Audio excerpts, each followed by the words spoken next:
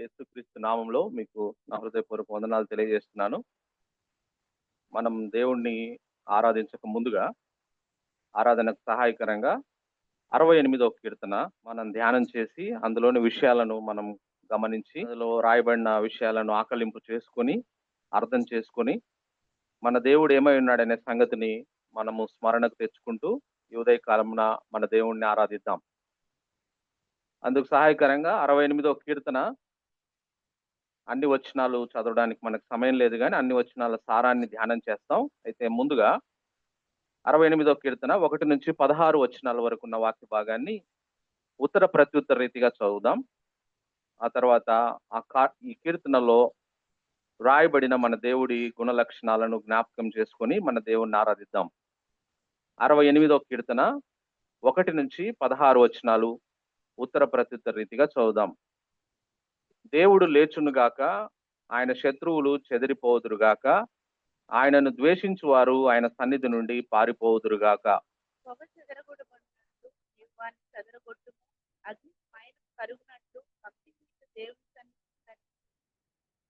నీతిమంతులు సంతోషించుదురుగాక, వారు దేవుని సన్నిధిని ఉల్లసించుదురుగాక, వారు మహదానందము పొందుదురుగాక. దేవుని గురించి పాడుడి, ఆయన నామమును బట్టి స్తోత్రగానము చేయండి. వాహనం ఎక్కి అరణ్యంలో ప్రయాణము చేయు దేవుని కొరకు ఒక రాజమార్గము చేయండి. యెహోవాను ఆయన నామమును బట్టి ఆయన సన్నిధిని ప్రహర్షించి. తన పరిశుద్ధాలయమందుండు దేవుడు తండ్రి లేని వారికి తండ్రియు విధవరాండ్రకు న్యాయకర్తయునై ఉన్నాడు. దేవుడు ఏకాంగులను సంసారులు బంధింపబడిన వారిని విడిపించి వారిని వర్ధిల్ల చేయువాడు. విశ్వాసఘాతకులు నిర్జల దేశమందు నివసించుదురు. దేవా, నీవు నీ ప్రజల ముందర బయలుదేరినప్పుడు, అరణ్యములో నీవు ప్రయాణము చేసినప్పుడు భూమి వణికెను, దేవుని సన్నిధిని అంతరిక్షము దిగజారింది. ఇశ్రాయేలు దేవుడగు దేవుని సన్నిధిని ఆవలి సీనాయి కంపించను. దేవా, నీ స్వాస్థ్యం మీద నీవు వర్షము సమృద్ధిగా కురిపించితివి, అది అలసి ఉండగా నీవు దానిని బలపరిచితివి. నీ సమూహము దానిలో నివసించును. దేవా, నీ అనుగ్రహం చేత దీనులకు సదుపాయం కలుగు చేసింది. ప్రభువు మాట సెలవిచ్చుచున్నాడు, దానిని ప్రకటించు స్త్రీలు గొప్ప సైన్యముగా ఉన్నారు. సేనల రాజులు పారిపోయేదురు, ఇంట నిలిచినది దోపుడు సొమ్ము పంచుకొను. గొర్రెల దొడ్ల మధ్యను మీరు పండుకొనగా, గువ్వల రెక్కలు వెండితో కప్పబడినట్టున్నది, వాటి ఈకల రెక్కలు పచ్చని బంగారుతో కప్పబడినట్టున్నది. సర్వశక్తుడు అక్కడ రాజులను చెదరగొట్టినప్పుడు సల్మోను మీద హిమము కురిసినట్లాయను. బాషాను పర్వతము దేవ పర్వతము, బాషాను పర్వతము శిఖరములు గల పర్వతము. శిఖరములు గల పర్వతములారా, దేవుడు నివాసంగా కోరుకున్న కొండను మీరేల ఓర చూపులు చూస్తున్నారు. యెహోవా నిత్యము అందులోనే నివసించు. ఈ 68వ కీర్తన రచయిత దావీదు.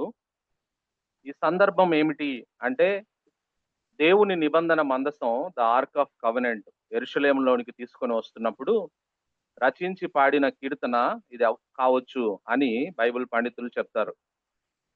యెరూషలేములోని దేవుని నిబంధన మందసం తేవడానికి ముందుగా దేవుడు దావీదుకు యెరూషలేము చుట్టూ ఉన్న రాజుల మీద, రాజ్యాల మీద గొప్ప విజయాన్ని ఇచ్చి ఆర్క్ ఆఫ్ కవెనెంట్ కు ఎటువంటి అడ్డంకి లేకుండా చేసిన సందర్భంలో దేవుణ్ణి స్తుతిస్తూ రాయబడిన దావీదు కీర్తన ఇది అయి ఉండవచ్చు.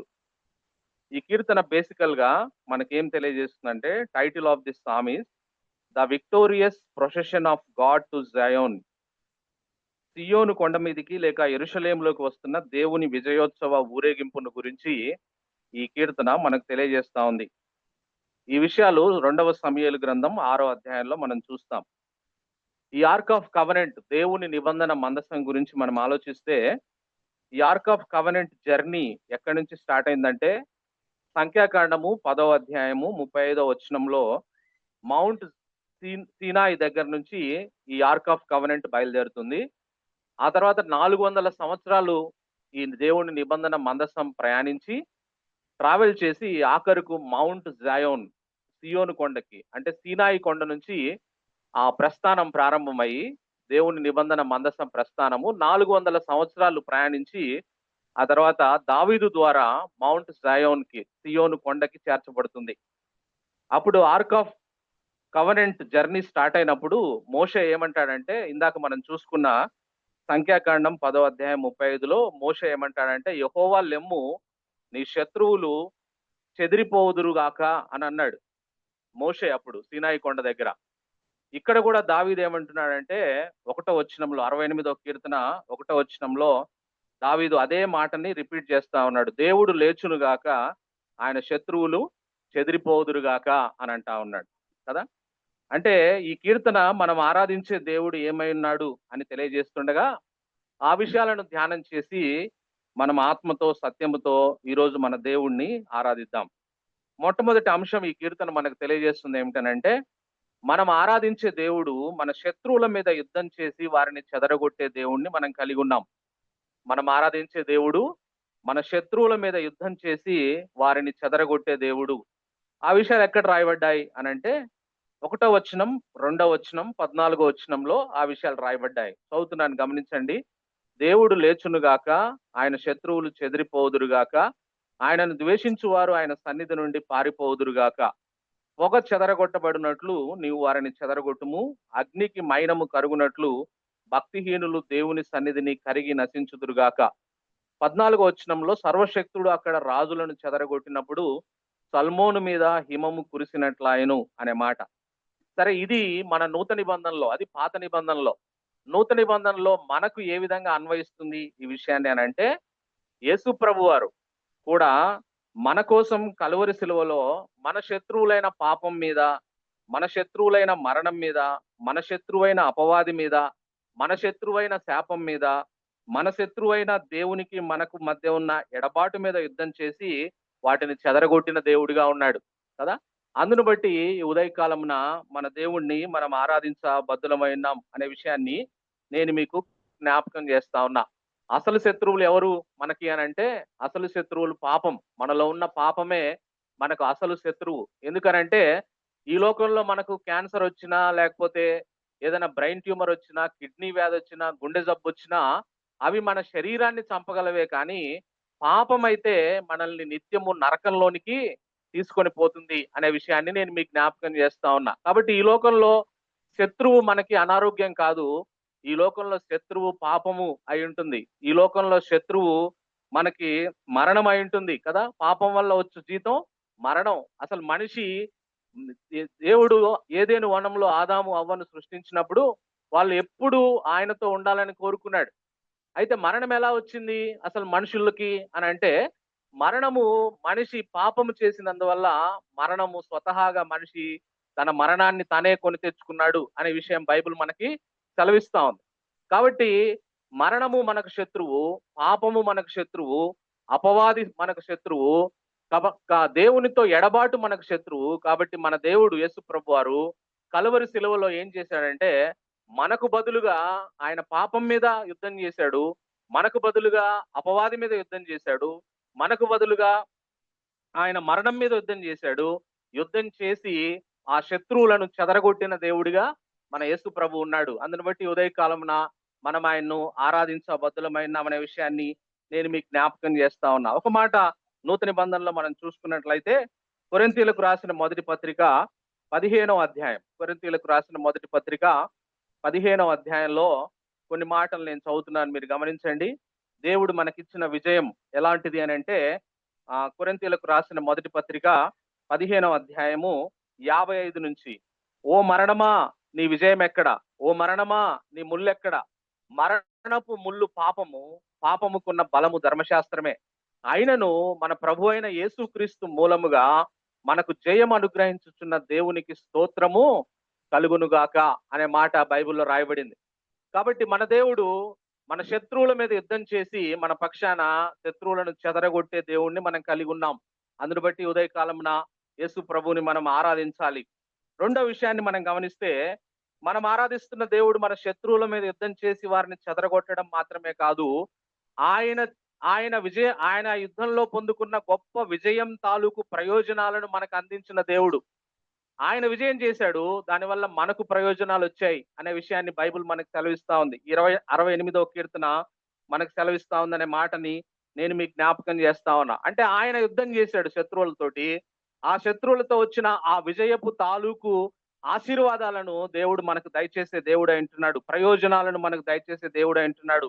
కాబట్టి ఉదయకాలమున మనం ఆయన్ని ఆరాధించ బద్దులమై ఉన్నామనే విషయాన్ని నేను మీకు జ్ఞాపకం చేస్తాను. ఆ విషయాలు ఎక్కడ రాయబడ్డాయంటే 11 నుంచి 14 వచనాల్లో రాయబడి ఉన్నాయి. నేను చదువుతున్నాను చూడండి. 68వ కీర్తన 11 నుంచి 14 వచనాలు. ప్రభువు మాట సెలవిచ్చుచున్నాడు. దానిని ప్రకటించు స్త్రీలు గొప్ప సైన్యముగా ఉన్నారు. సేనల రాజులు పారిపోయెదరు. ఇంట నిలిచినది దోపుడు సొమ్ము పంచుకొనును. గొర్రెల దొడ్ల మధ్యను మీరు పండుకొనగా గువ్వల రెక్కలు వెండితో కప్పబడినట్టున్నది. వాటి ఈకల రెక్కలు పచ్చని బంగారుతో కప్పబడినట్టున్నది. సర్వశక్తుడు అక్కడ రాజులను చెదరగొట్టినప్పుడు సల్మోను మీద హిమము కురిసినట్లాయను అనే మాట కదా.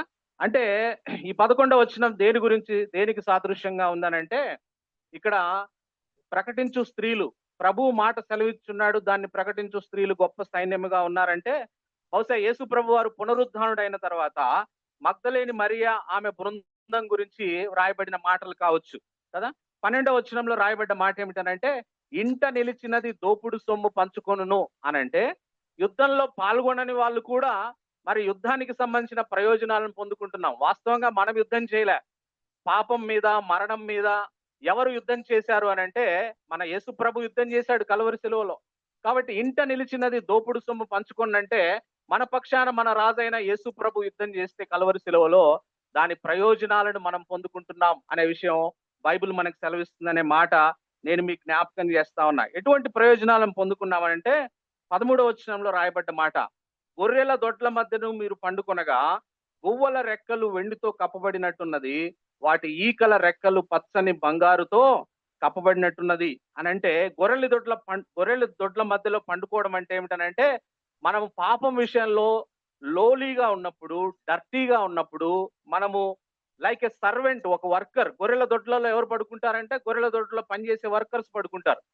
అటువంటి పరిస్థితుల్లో మనం పాపం విషయంలో ఆ విధంగా దీన పరిస్థితుల్లో మనం ఉంటే మనల్ని దేవుడు ఎంతగా ఆశీర్వదించాడంటే కదా. ఇక్కడ రాయబడిన మాట ఏమిటనంటే, గువ్వల రెక్కలు వెండితో కప్పబడినట్లు. ఒక గువ్వ, ఒక పావురపు రెక్కలు వెండితో ఎలా కప్పబడితే ఎలా ఉంటుందో, ఎంత ఎంత బాగా చూడడానికి ఎంత బాగా ఉంటుందో, అలాంటి ఆశీర్వాదాలను దేవుడు మనకిచ్చాడు. మన పరిస్థితి ఏమిటనంటే, మనం గొర్రెల దొడ్లలో వాటి మధ్య మురికిగా, పాపంలో, దీన స్థితిలో, మనల్ని ఎవరు పట్టించుకోని స్థితిలో, పాపంలో మనము కునారిల్లిపోతున్నప్పుడు దేవుడు మనల్ని ఆయన యుద్ధం చేసి ఆ వచ్చిన ఆశీర్వాదాలను మనకు ఒక మన రెక్కల మీద వెండిని కప్పినట్టుగా ఆయన మనకు కప్పాడు అనే విషయాన్ని కదా. వెండితో కప్పబడిన రెక్కలు ఎలా ఉంటాయంటే ప్రకాశమానంగా ఉంటాయి కదా, మహిమతో నిండి ఉంటాయి. ఆశీర్వాదాలకు సూచనగా అది ఉంది అనే విషయాన్ని నేను మీకు జ్ఞాపకం చేస్తా ఉన్నా. అంతేకాదు, ఈకల రెక్కలు పచ్చని బంగారుతో కప్పబడినట్లు అనంటే, బంగారము సౌందర్యాన్ని, ఐశ్వర్యాన్ని సూచిస్తా ఉంది. ఆత్మీయంగా మనల్ని ఐశ్వర్యవంతులను చేశాడు దేవుడు కదా. మనకు సౌందర్యాన్ని ఇచ్చాడు. మనం పాపము ద్వారా అసలు ఏ స్వరూపము కోల్పోతే మనము ఆ పాపం ద్వారా కోల్పోయిన ఆ సారూప్యాన్ని, ఆ సౌందర్యాన్ని తిరిగి మనకిచ్చిన దేవుడిగా మనం కలిగి ఉన్నామనే విషయాన్ని ఈ సందర్భంగా నేను మీకు జ్ఞాపకం చేస్తా ఉన్నాను. అంతేకాదు 14వ వచనంలో సల్మోను మీద హిమము కురిసినట్లాయను అని రాయబడింది. దాని అర్థం ఏమిటనంటే, హిమము దాని దేనికి సూచన అంటే అది సమాధానానికి సూచనగా ఉంది, క్లెన్సింగ్, పవిత్రతకు సూచనగా ఉంది అనే విషయాన్ని నేను మీకు జ్ఞాపకం చేస్తా ఉన్నా. ఎంత గొప్ప దేవుణ్ణి మనం కలిగి ఉన్నాం. పాపం మీద, మరణం మీద, అపవాది మీద, దేవునితో మనకున్న ఎడబాటు మీద మనం యుద్ధం చేయలేదు. మన పక్షాన మన దేవుడే కలువరి శిలువలో యుద్ధం చేశాడు.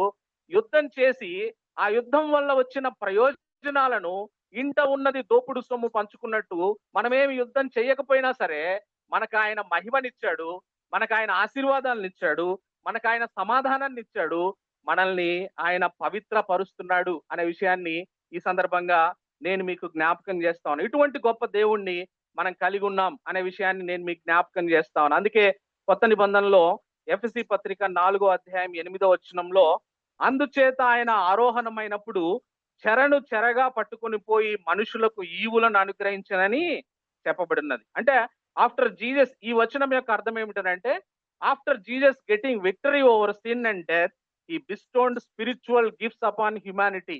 ఆత్మీయ ఆశీర్వాదాలను, ఆత్మీయ వరాలను విజయం ఆయన పొందుకొని మనకు అనుగ్రహించాడు అనే విషయాన్ని నేను మీకు జ్ఞాపకం చేస్తా ఉన్నా.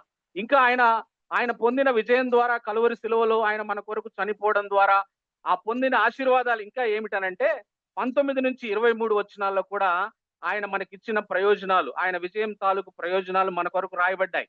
19వ వచనంలో రాయబడ్డ మాట ఏమిటనంటే, ప్రభు స్తుతి నొందును గాక, అనుదినము ఆయన మా భారము భరించుచున్నాడు, దేవుడే మాకు రక్షణకర్త అయి ఉన్నాడు. అంటే ప్రతిదినము మనం యేసు ప్రభు దగ్గరికి వచ్చి ఆయన బిడ్డలముగా మారితే అనుదినము మన భారాలను భరించే దేవుణ్ణి మనం కలిగి ఉన్నాం. ఎంత మంచి దేవుణ్ణి మనం కలిగి ఉన్నాం కదా. అందుకే అంటాడు, ప్రయాసపడి భారం మోసుకొంచున్న సమస్త జనులారా నా యొద్దకు రండి, నేను మీకు విశ్రాంతిని కలగజేస్తాను అంటున్నాడు కదా. అంటే మీరే మోయొద్దు మీ భారం, నా దగ్గరికి రండి, మీ భారం నా మీద వేయండి, నేను మీ భారాన్ని మోయడానికి సిద్ధంగా ఉన్నాను అని అంటా ఉన్నాడు. అటువంటి గొప్ప దేవుణ్ణి మనం కలిగి ఉన్నామనే విషయాన్ని నేను మీకు జ్ఞాపకం చేస్తా ఉన్నా. అంత మాత్రమే కాదు, 20వ వచనంలో రాయబడ్డ మాట, దేవుడు మా పక్షమున పూర్ణ రక్షణ కలగజేయ దేవుడై ఉన్నాడు, మరణము తప్పించుట ప్రభువైన యెహోవా వశము అనే మాట రాయబడింది. అంటే దేవుడు మనకి పూర్ణ రక్షణ కలగజేసి మనల్ని మరణము నుంచి తప్పించే దేవుణ్ణి మనం కలిగి ఉన్నాం. మరణాన్ని జయించిన దేవుడు కాబట్టి ఆయనకు మాత్రమే మరణం నుంచి తప్పించే శక్తి ఉంది ఈ ప్రపంచంలో, ఇంకా ఎవరికి లేదు. ఆయన్ను నమ్ముకున్న బిడ్డలకు మరణము నుంచి ఆయన తప్పించే గొప్ప దేవుణ్ణి మనం కలిగి ఉన్నాం అనే విషయాన్ని నేను మీకు జ్ఞాపకం చేస్తా ఉన్నా. 21వ వచనంలో రాయబడ్డ మాట, 21వ వచనంలో చూస్తే, దేవుడు నిశ్చయముగా తన శత్రువుల తలలు పగలగొట్టును, మానక దోషములు చేయవారి వెంట్రుకలు గల నడినెత్తిన ఆయన పగలగొట్టును. శత్రువుల మీద విజయం దయచేస్తాడు మనకి అని మరొకసారి చెప్తా ఉన్నాడు. 21వ వచనంలో రాయబడ్డ మాట, వారి రక్తములో నీవు నీ పాదం ముంచుదు, నీ శత్రువులు నీ కుక్కల నాలుకలకు భాగమగుదురు అని. అంటే శత్రువులను మన పాదాక్రాంతం చేస్తాడు అనే మాట రాయబడింది. శత్రువులు ఎవరు? ఇందాక చెప్పినట్టు పాపము, అపవాది కదా, మరణము, దేవునితో ఎడబాటు. ఈ శత్రువులను మన పాదాక్రాంతం చేస్తాడు మన దేవుడు అనే విషయాన్ని బైబిల్ మనకు సెలవిస్తా ఉంది. అందుకే రోమీలకు రాసిన పత్రిక 16వ అధ్యాయం 20వ వచనంలో రాయబడ్డ మాట, సమాధానకర్తయగు దేవుడు సాతాను మీ కాళ్ళ కింద శీఘ్రముగా చితక తొక్కించును అనే మాట రాయబడింది. అంటే ఆయన మన పక్షాన పోరాడాడు, ఆ విజయాన్ని మనకి అందించిన గొప్ప దేవుణ్ణి మనం కలిగి ఉన్నాం. కాబట్టి ఉదయకాలమున మన దేవుణ్ణి మనం ఆరాధించబద్దులమైనాం. ఇంకో 2 విషయాలను జ్ఞాపకం చేసుకుని ఈ కీర్తన చెప్తున్న విషయాలను మనం దేవుణ్ణి ఆరాధిద్దాం. 3వ విషయం ఏమిటనంటే, our God cares for poor కదా. మన దేవుడు బీదల పట్ల శ్రద్ధ వహించే దేవుడు. ఎక్కడ రాయబడింది ఆ విషయం? చూడండి, 68వ కీర్తన 5వ వచనం, 6వ వచనం, 10వ వచనంలో రాయబడింది. 5వ వచనం, తన పరిశుద్ధాలయం అందుండు దేవుడు తండ్రి లేని వారికి తండ్రియు విధవరాండ్రకు న్యాయకర్తయునై ఉన్నాడు.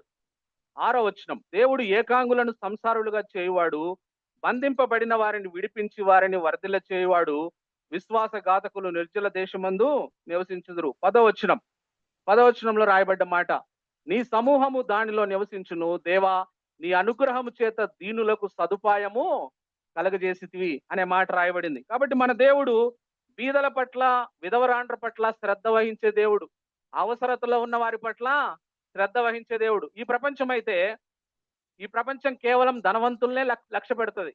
ఈ ప్రపంచం బాగా స్థితిమంతులను, బాగా అధికారంలో ఉన్న వారిని మాత్రమే లక్ష్య పెడుతుంది. కానీ మన దేవుడు అటువంటి దేవుడు కాదు. మన దేవుడు బీదలను లక్ష్యముంచే దేవుడు, బీదలను కనికరించే దేవుడు, అవసరతలో ఉన్న వారిని ఆదుకునే దేవుణ్ణి మనం కలిగి ఉన్నాం అనే విషయాన్ని ఈ సందర్భంగా నేను మీకు జ్ఞాపకం చేస్తా ఉన్నా కదా. మన దేవుడు ఎలా అలా బీదల మీద కనికరించాడు? బైబిల్లో ఏమైనా ఉదాహరణలు ఉన్నాయంటే బైబిల్లో కోకొల్లలు, అవన్నీ చెప్పుకోవడానికి మనకు సమయం లేదు కదా. రూతు నయోమి పరిస్థితి మనం ఆలోచిస్తే, రూతు నయోమికి తినడానికి తిండి లేదు. పొలంలో పోయి రూతు పరిగ ఏరుకొని వస్తే ఆ పరిగ ఏరుకొని వచ్చిన దాంతో తినాలి వాళ్ళు. అటువంటి వాళ్ళని దేవుడు లక్ష్యం ఉంచి బోయజు లాంటి పెద్ద ధనవంతుడికి రూతును భార్యగా చేసి యేసు ప్రభు వంశావళిలో చేర్చిండు. ఇంకా అయిపోయింది అనుకున్నారు, నయోమి రూతు పరిస్థితి అయిపోయింది. అయిపోయిన పరిస్థితుల్లో వాళ్ళని తిరిగి ఘనంగా నిలవబెట్టిన గొప్ప దేవుణ్ణి మనం కలిగి ఉన్నాం. బీదలను ఆదుకునే దేవుడు, బీదలను ప్రేమించే దేవుడు, బీదల్ని కనికరించి పైకి తీసుకుని వచ్చే గొప్ప దేవుణ్ణి మనం కలిగి ఉన్నామనే విషయాన్ని నేను మీకు జ్ఞాపకం చేస్తా ఉన్నా. అంత మాత్రమే కాదు, ఏకాంగులను సంసారులుగా చేయి దేవుణ్ణి మనం కలిగి ఉన్నాం అనే విషయాన్ని ఈ సందర్భంగా నేను మీకు జ్ఞాపకం చేస్తా ఉన్నా. నరుడు ఒంటరిగా ఉండుట మంచిది కాదు అని చెప్పి ఆయనకు సాటి అయిన సహాయాన్ని ఇచ్చిన దేవుడు కదా. ఒంటరితనంతో మనం బాధపడతా ఉంటే ఒంటరి వారిని 1000 మంది అయ్యేటట్టు చేసే దేవుణ్ణి మనం కలిగి ఉన్నామనే విషయాన్ని ఈ సందర్భంగా నేను మీకు జ్ఞాపకం చేస్తా ఉన్నా. చివరిది మనం గమనించినట్లయితే మన దేవుడు hour God is sovereign over all nations. 4వ విషయం కదా. 3 విషయాలు మనం జ్ఞాపకం చేసుకున్నాం. మొదటిది ఏమిటనంటే మన దేవుడు మన పక్షాన మన శత్రువులతో యుద్ధం చేసి వారిని చెదరగొట్టే దేవుణ్ణి మనం కలిగి ఉన్నాం. రెండవది మనము యుద్ధం చేయకపోయినా ఆ యుద్ధ ప్రయోజనాలను మనకు అందించిన దేవుణ్ణి మనం కలిగి ఉన్నాం. మూడవది పేదలను ఆదుకునే దేవుణ్ణి మనం కలిగి ఉన్నాం. నాలుగవది ఏమిటంటే మన దేవుడు సార్వభౌముడైన దేవుణ్ణి మనం కలిగి ఉన్నాం అనే విషయాన్ని నేను మీకు జ్ఞాపకం చేస్తా ఉన్నా. 29 నుంచి 35 వచనాల్లో ఆ మాట రాయబడింది. నేను చదువుతున్నాను, గమనించండి. యెరూషలేములోని నీ ఆలయమును బట్టి రాజులు నీ యొద్దకు కానుకలు తెచ్చెదరు. రెల్లులోని మృగమును, ఆబోతుల గుంపులు, దూడల వంటి జనములను లొంగి వెండి కడ్డీలను తెచ్చునట్లుగా వాటిని గద్దింపుము. కలహ ప్రియులను ఆయన చెదరగొట్టి ఉన్నాడు. ఐగుప్తులో నుండి ప్రధానులు వచ్చెదరు. కూషీయులు దేవుని తట్టు తమ చేతులు చాచుకొని పరిగెత్తుకుని వచ్చెదరు. భూరాజ్యములారా దేవుని గూర్చి పాడుడి, ప్రభువును కీర్తించుడి. అనాదిగానున్న ఆకాశ వాహనం ఎక్కువానిని కీర్తించుడి. ఆయన తన స్వరము వినబడచేయును, అది బలమైన స్వరము. దేవునికి బలాతిశయమును ఆరోపించుడి. మహోన్నతుడైన ఆయన ఇశ్రాయేలు మీద ఏలుచున్నాడు. అంతరిక్షమున ఆయన బలాతిశయమున్నది. తన పరిశుద్ధ స్థలముల్లో దేవుడు భీకరుడు. ఇశ్రాయేలు దేవుడే తన ప్రజలకు బల పరాక్రమములను అనుగ్రహించుచున్నాడు. దేవుడు స్తుతి నొందును గాక. మన దేవుడు సార్వభౌముడైన దేవుడు. అటువంటి దేవుణ్ణి మనము ఆరాధిస్తున్నాం. రెల్లులోని మృగము అని అంటే అర్థం ఏమిటనంటే అగ్రెసివ్ మిలిటరీ స్ట్రెంత్ ని ఆయన అణిచివేసే దేవుడు. వాళ్ళు కూడా ఆయన పాదాల కిందికి రావాల్సిందే. ఆబోతుల గుంపు అంటే ఏమిటంటే స్ట్రాంగ్ లీడర్స్. ఈ లోకంలో గొప్ప బలమైన నాయకులు ఆబోతుల గుంపు అంటే. వాళ్ళ మీద కూడా సార్వభౌమాధికారాన్ని కలిగిన దేవుణ్ణి మనం కలిగి ఉన్నాం. ఆ తర్వాత దూడల వంటి జనము అంటే లెస్సర్ రూలర్స్ కూడా. అంటే ఎవరైనా సరే ఈ లోకంలో, రాజులైనా సరే, అధికారులైనా సరే, ఎవరినైనా సరే, వాళ్ళందరి మీద ఎవరికి సార్వభౌమాధికారం ఉందంటే యేసు ప్రభువుకు మాత్రమే సార్వభౌమాధికారం ఉంది. అటువంటి సార్వభౌమాధికారుడైన దేవుణ్ణి మనము ఆరాధిస్తున్నాం అనే విషయాన్ని నేను మీకు జ్ఞాపకం చేస్తా ఉన్నా. వీరందరూ లొంగి వెండి కడ్డీలను తెచ్చునట్లు అనంటే, ఆ రోజుల్లో లొంగిపోయేటప్పుడు ఏమిస్తారంటే వెండి కడ్డీలు ఇస్తారు గొప్ప రాజుకు లొంగిపోయేటట్టు. అట్ట ఈ ప్రపంచంలో ఉన్న రాజులు, రాజ్యాలు అన్ని కూడా యేసు ప్రభు ఎదుట వంగుతారు. అక్కడికి వచ్చి వెండి కడ్డీలు ఇస్తారు. అటువంటి గొప్ప దేవుణ్ణి మనం కలిగి ఉన్నాం అనే విషయాన్ని బైబిల్ మనకు సెలవిస్తా ఉంది. ఒక చిన్న లేఖన భాగాన్ని నేను చూపించి నేను ముగిస్తాను. ఫిలిప్పీలకు రాసిన పత్రికలో రాయబడ్డ మాట. ఫిలిప్పీలకు రాసిన పత్రిక 2వ అధ్యాయం. ఎటువంటి దేవుణ్ణి మనం కలిగి ఉన్నాం అనే విషయాన్ని మనం జ్ఞాపకం చేసుకుంటే, ఫిలిప్పీలకు రాసిన పత్రిక 2వ అధ్యాయం 9 నుంచి చదువుతున్నాను. అందుచేతను పరలోకమందున్న వారిలో గాని, భూమి మీద ఉన్న వారిలో కానీ, భూమి క్రింద ఉన్న వారిలో గాని ప్రతి వాని మోకాలును యేసు నామమున వంగునట్లును, ప్రతి వాని నాలుకయు తండ్రి అయిన దేవుని మహిమార్థమై యేసుక్రీస్తు ప్రభు అని ఒప్పుకున్నట్లును, దేవుడు ఆయన అధికముగా హెచ్చించి ప్రతి నామమునకు పై నామమును ఆయనకు అనుగ్రహించను. ఎంత గొప్ప దేవుణ్ణి మనం కలిగి ఉన్నాం. అన్ని నామాల కంటే పైనామం కలిగిన, అన్ని రాజ్యాల మీద, రాజుల మీద సార్వభౌమాధికారిగా ఉన్న ఈ గొప్ప దేవుణ్ణి మనం కలిగి ఉన్నాం. ఆయన సార్వభౌమాధికారి కాబట్టి మనకొచ్చే ప్రయోజనం ఏమిటంటే రోమా 8:28లో రాయబడ్డ మాట. దేవుణ్ణి ప్రేమించు వారికి, అనగా ఆయన సంకల్పం చొప్పున పిలువబడిన వారికి మేలు కలుగుటకై సమస్తము సమకూడి జరిగించుతున్నాడు. ఏది జరిగినా సరే ఆయన సార్వభౌముడు కాబట్టి సమస్తము సమకూర్చి జరిగించే గొప్ప దేవుణ్ణి మనం కలిగి ఉన్నామనే విషయాన్ని ఈ సందర్భంగా నేను మీకు జ్ఞాపకం చేస్తా ఉన్నా. అందువల్ల 68వ కీర్తన 4వ వచనంలో రాయబడ్డట్టుగా, 68వ కీర్తన 4వ వచనంలో ఏం రాయబడింది? ఈ దేవుని గురించి పాడుడి కదా, ఆయన నామమును బట్టి స్తోత్రగానము చేయుడి. 4వ వచనం చివరిలో యెహోవాను ఆయన నామమును బట్టి ఆయన సన్నిధిని ప్రహర్షించుడి. కాబట్టి నేను ముగిస్తున్నా. మన దేవుడు మన పక్షాన మన శత్రువులతో యుద్ధం చేసి వారిని చెదరగొట్టే దేవుడిని మనం కలిగి ఉన్నాం.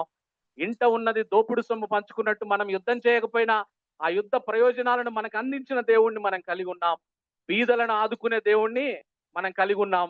సార్వభౌముడైన దేవుణ్ణి మనం కలిగి ఉన్నాం. కాబట్టి మనం ఆయన సన్నిధిలో ప్రహర్షిద్దాం, స్తుతిద్దాం, పాడుదాం, నోళ్లు తెరిచి మన దేవుణ్ణి ఆరాధిద్దాం. దేవుడి మాటలు దీవించును గాక. We have so many things to worship, but let us worship that the Lord who gives us victory, He takes us in a victorious procession. We were slaves to sin. We were on our way to death. Our greatest enemy, like we remembered, was death, sin, which brings death, and Satan, who makes us sin. But God gives us victory. We can crush each of these enemies under our foot because of the sacrifice of the Lord Jesus Christ. Let us take this time. Thank the Lord who leads us to victory.